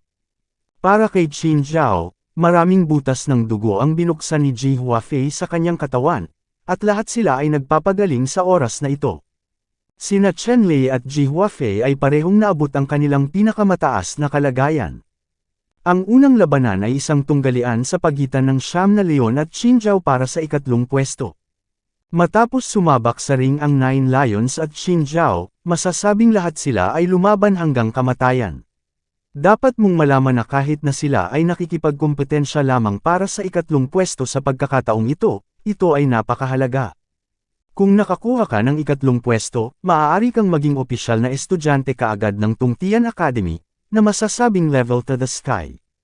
Ang ikaapat na pwesto ay isang preparatory student, na dapat pumasa sa pagsusulit upang maging opisyal na estudyante ng Tungtian Academy. Sa pagitan ng dalawa, kasing laki ng langit ang distansya. Sa makatuwid, talagang imposible para sa Siyam na Leon at Qin Zhao na bumitaw, kahit na sinubukan nilang sugpuin ang isa't isa. Matinding nakipaglaban si Qin Zhao sa Siyam na Leon, sa huli ay bahagyang mas mababa pa rin si Qin Zhao, hindi kasing husay ng Siyam na Leon. Siyam na Leon ang natalo ni Chen Lei kahapon. Ngayon, ang lahat ng galit ay nakadirekta kay Qin Zhao. Parang kuryente ang kuha, ang Qi, temper ay mabangis, at halos walang buhay. Kahit na ang lakas ni Qin Zhao ay hindi mahina, ngunit sa mga tuntunin ng kalupitan, walang paraan upang ihambing sa Siyam na Leon. Natakot si Qin Zhao nang ilabas ng Siyam na Leon ang kanilang desperadong kalupitan, at medyo nahiya, natural na bumababa ang kanyang lakas nang siya ay bumaril. Sa ilalim ng gayong mga kalagayan, paano magiging kalaban ng Siyam na Leon si Qin Zhao? At sa huli, ang isa sa kanyang mga braso ay pinunit ng Siyam na Leon. Matapos mabali ang kanyang braso, si Qin Zhao ay walang lakas para lumaban. Matapos magatubili na pilitin ang ilang mga trick, muli siyang tinamaan ng mga kuko ng Siyam na Leon, nahulog mula sa ring, at direktang sumuko. Umuungol. Ang Siyam na Leon ay umungal. Hindi man sila nakakuha ng unang pwesto, komportable silang makakuha ng ikatlong pwesto. Susunod, sina Chen Lei at Ji Huafei mula sa labanan ng Protoss. Si Chen Lei at Ji Huafei ay humakbang papunta sa arena, magkaharap, at bawat isa ay may malakas na aura. Ang banggaan lang ng Qi, air potential ay lumikha ng malaking enerhiyang bagyo sa arena, na naging isang malaking bagyo. Parang buhawi, umiikot sa pagitan ng dalawa, sobrang nakakamangha. At ang labanang ito ay mas kapansin-pansin, umaakit sa hindi mabilang na malalakas na tao na pumunta upang panoorin ang labanan, maraming mga mata ang nakatutok kay Chen Lei Ji Huafei. Kabanata 2559. Ang mga pagsubok sa Tungtian Academy, pagkatapos ng mga araw na ito ng kompetisyon, sa wakas ay dumating sa huling sandali, ang peak battle. Tulad ng para kay Chen Lei, ang maabot ito sa dulo, hanggang sa huling hakbang, ay talagang kahanga-hanga. Ang hindi mabilang na mga powerhouse ay nahula noon na si Chen Lei ay hindi man lang makakapasok sa top 50, ngunit ngayon ang resulta ay isang hubad na mukha. Ang ilang makapangyarihang tao ay may sobrang pangit na mukha, tulad ng emperador ng Prechin Empire, ang mga prinsipe at prinsesa ng Jie Palace, at iba pa. Lahat ng mga taong ito ay nag-iisip kung paano linisin si Chen Lei pagkatapos ng pagkabigo ni Chen Lei, at linisin ang Qingyang sect na itinatag ni Chen Lei. Gayunpaman, ngayon si Chen Lei ay naging solidong estudyante sa Tungtian College, kahit na natalo si Chen Lei kay Ji Huafei ng Protoss. Ang pangalawang lugar sa isang kompetisyon ay hindi isang bagay na kaya nila. At ang ilang mga tao ay labis na nasasabik, nanunood ng isang maitim na kabayo tulad ni Chen Lei, na pumasa sa huling proseso, ito ay isang bihirang karanasan at mapagkukunan ng negosasyon para sa kanila. Sa sandaling ito, sa ring, naramdaman ni Chen Lei at Ji Huafei na ang kapangyarihang nasa katawan ng isa't isa ay mas malakas kaysa sa karagatan, at ito ay lubhang marangal. Si Ji Huafei ay isang master sa unang antas ng Soul Realm, habang si Chen Lei ay isang cultivation sa 8th floor ng Essence Infant Realm, na isang mahusay na kaharian na mas masahol pa kaysa sa Ji Huafei. Kung talagang kalkulahin, ang talento ni Chen Lei ay tiyak na mas nakakatakot kaysa kay Ji Huafei. Tumingin si Ji Huafei kay Chen Lei at sinabing, "Chen Lei, hinahangaan kita sa pagdating mo hanggang dito, ngunit iyon na ang katapusan nito. Siguradong hindi mo ako kalaban.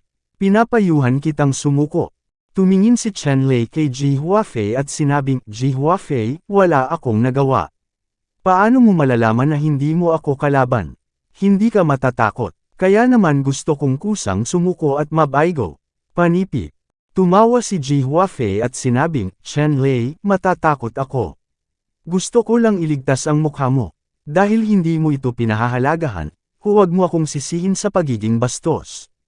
Panipi. Sinabi ni Chen Lei, "Halika, gusto kong malaman, kung ano ang espesyal sa Protoss." Kung tungkol sa lakas ng Protoss, naranasan na ito ni Chen Lei, ngunit iyon ay ang Protoss mula sa lower realm.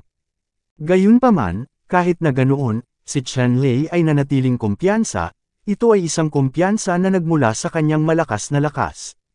Si Ji Huafei ay natural na mas tiwala sa sarili niyang lakas. Nagkaroon ng maluwalhating liwanag sa kanya, parang ang dagat ay umaalon, ang Chi Machine ay nakakatakot. Pagkatapos noon, sa ibabaw ng kamao ni Ji Huafei, isang banal na bulaklak ang namumulaklak na parang isang banal na bituin, na may pinakamataas na kapangyarihan upang sugpuin ang kalangitan, at humampes kay Chen Lei. Sa isang malakas na tunog ng boom, isang malaking pagsabog ang naganap sa kawalan, tulad ng isang bulalakaw na bumabagsak sa dagat, na nag-aalis ng malalaking alon. Ang buong kawalan, sa ilalim ng suntok na ito, ay agad na gumuho, at pagkatapos, mayroong hindi mabilang na malalaking alon na umaalingaw-ngaw. Ito ay isang sumisikat na alon na binago ng spatial fluctuations, at ang kabagsikan nito ay nakakagulat. Nang harapin ni Chen Lei ang suntok ni Ji Huafei, alam niyang may gap pa rin siya sa Ji Huafei na ito sa mga tuntunin ng ganap na lakas. Dahil ang kabilang partido ay isa ring walang kapantay na henyo, at ang paglilinang ay nais na maging isang mas mataas na kaharian kaysa sa kanya, na sa kanyang sarili ay hindi patas sa kanya. Gayunpaman, sa mundong ito, walang ganap na hustisya.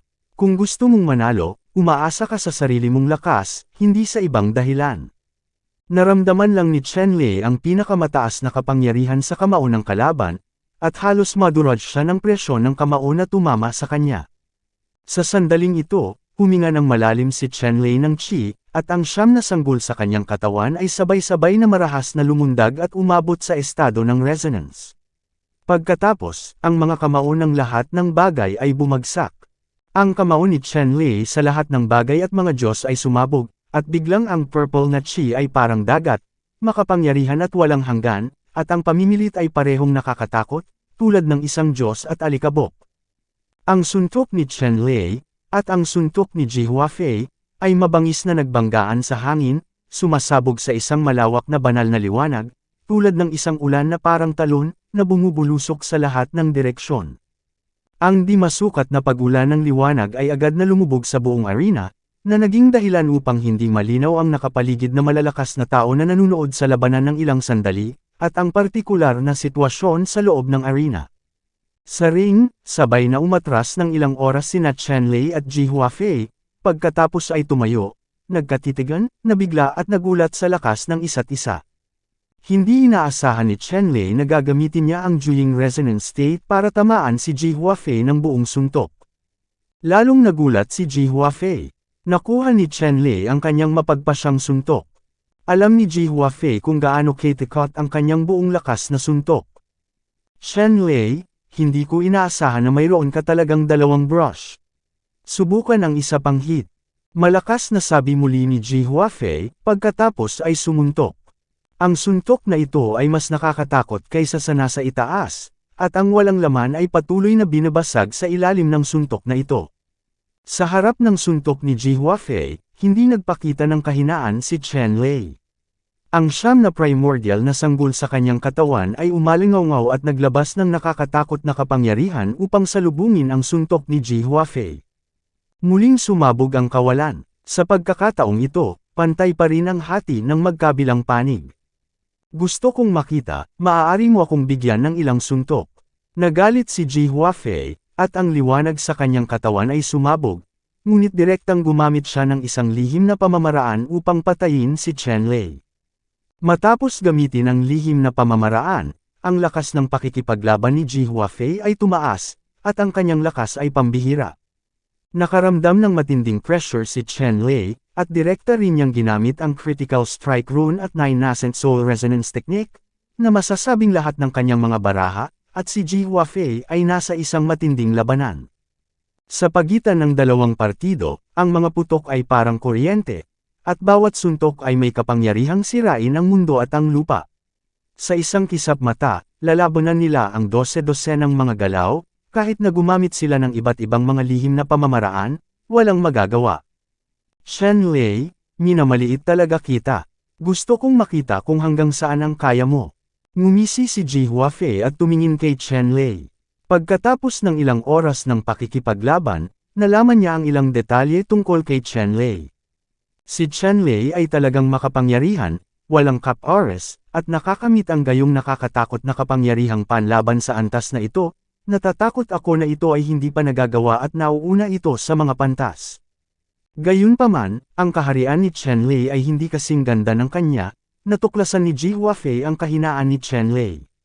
Si Chen Lei ay may ganoong lakas, tiyak na gumamit siya ng ilang uri ng lihim na pamamaraan. Ang ganitong uri ng lihim na pamamaraan ay kumonsumo ng maraming enerhiya at hindi maaaring tumagal magpakailanman. Hanggat maaari siyang mag-antala ng ilang sandali, ang matalas na chi ni Chen Lei ay mauubos. Kung gayon ang kanyang lakas sa pakikipaglaban ay tiyak na bababa ng husto, at madali siyang manalo sa oras na iyon. Sa makatuwid, pagkatapos ng sunod-sunod na pag-atake, pagkatapos na hindi tumulong si Chen Lei, pinabagal ni Ji Huafei ang ritmo at nagpatatag. Sa ganitong paraan, si Chen Lei ay nasa isang dilema. Upang matapos ang laban sa maikling panahon, iniwasan ni Ji Huafei ang laban at hindi binigyan ng pagkakataon si Chen Lei. Gayunpaman, habang lumilipas ang panahon, tiyak na hindi na mauubos ni Chen Lei ang Ji Huafei. Pagdating ng panahon, siguradong talo siya. Napagtanto ni Chen Lei ang intensyon ni Ji Huafei sa unang pagkakataon, at nagsimulang mag-isip kung paano ito lulutasin. 2,560.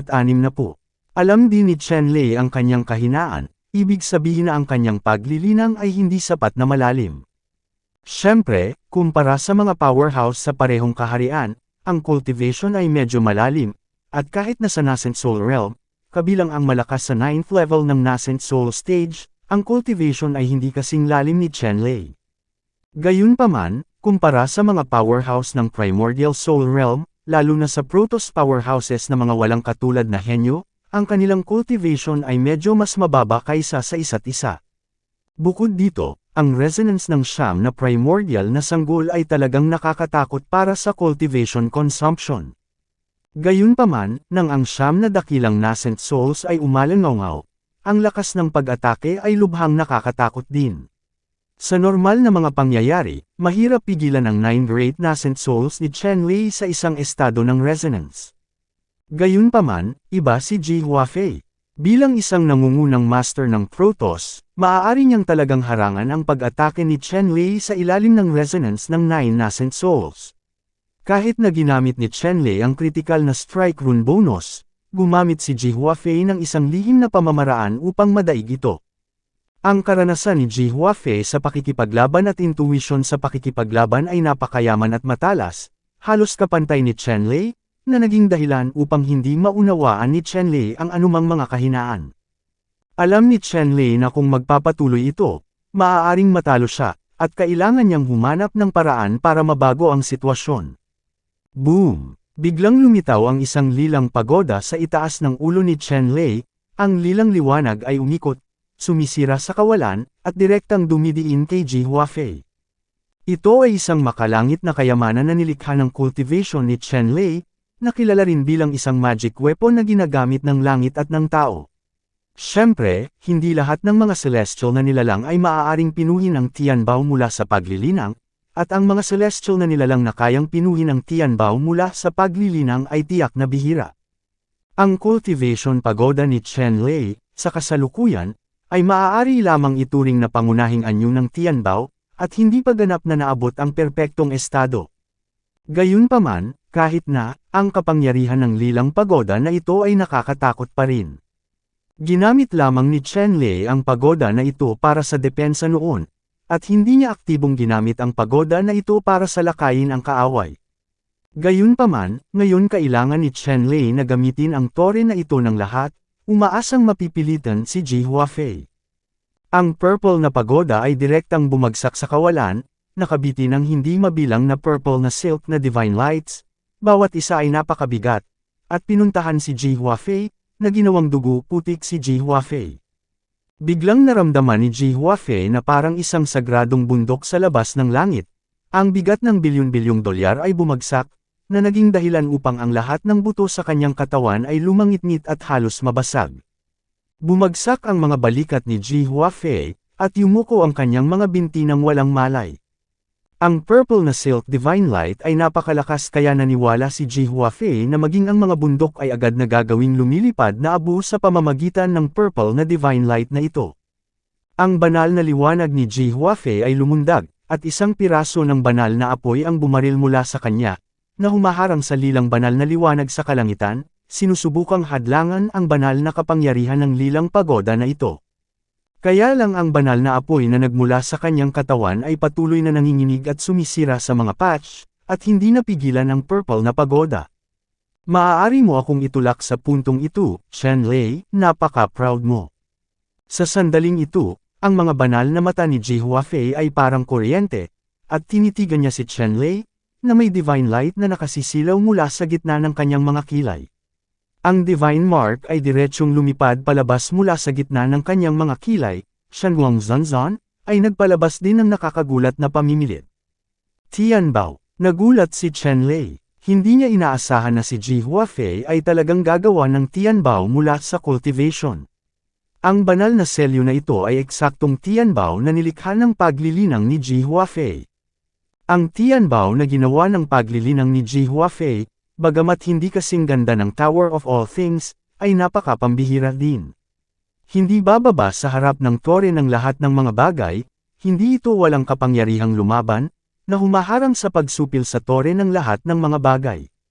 Sinira ni Ji Huafei ang heavenly treasure na nilikha ng kanyang sariling cultivation at hinarangan ang Tower of All Things, habang siya mismo ay lumipad muli at bumaril patungo kay Chen Lei upang talunin si Chen Lei.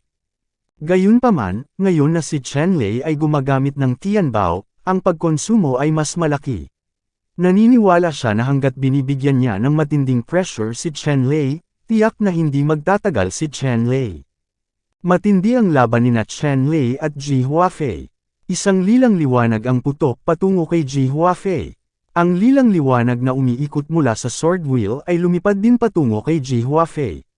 Masasabing ang lahat ng uri ng trump card ay patuloy na ginagamit, at lahat ng ito ay nalutas ni Ji Huafei. Hindi masyadong nananakot kay Ji Huafei. Sa oras na ito, maraming malalakas na tao na nanunood ng labanan sa paligid ng arena ang patuloy na nagpapasigla, kahit na humihinga.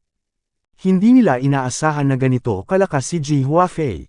Sa paghusga mula sa lakas ng pakikipaglaban na kasalukuyang ipinapakita ni Ji Huafei, nang harapin niya si Qin Zhao, hindi niya ginamit ang lahat ng kanyang lakas. At nagawa ni Chen Lei na itulak si Ji Huafei sa ganoong punto, kahit na nabigo ito ay isang maluwalhating pagkatalo pa rin.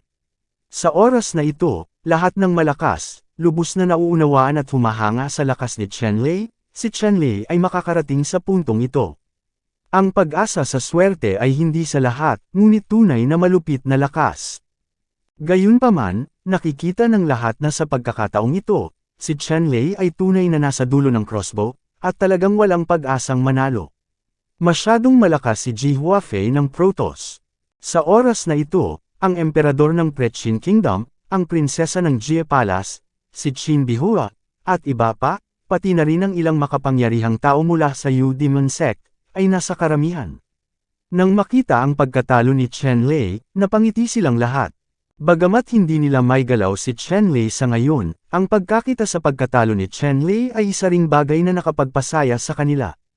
Sa sandaling ito, nagbago ang iniisip ni Chen Lei, at si Ji Huafei ay talagang natulak sa isang dead end. I guess I can only give it a try. Kung hindi ito gumana, kailangan kong aminin ang pagkatalo. Sa huli, nagpasya si Chen Lei na gumawa ng desperadong hakbang at gamitin ang huling paraan. Kung ang pamamaraang ito ay nabigo upang talunin si Ji Huafei, maaari lamang siyang sumuko. Ang huling pagpipilian na inihanda ni Chen Lei ay talagang espesyal na inihanda para kay Ji Huafei, at iyon ang henyo ng pagpatay na nakuha ni Chen Lei sa mababang kaharian. Noong nakaraang gabi, alam ni Chen Lei na ang laban na ito kay Ji Huafei ay tiyak na magiging pinakamahirap. Sa makatuwid, nag-isip si Chen Lei ng iba't ibang paraan upang talunin si Ji Huafei.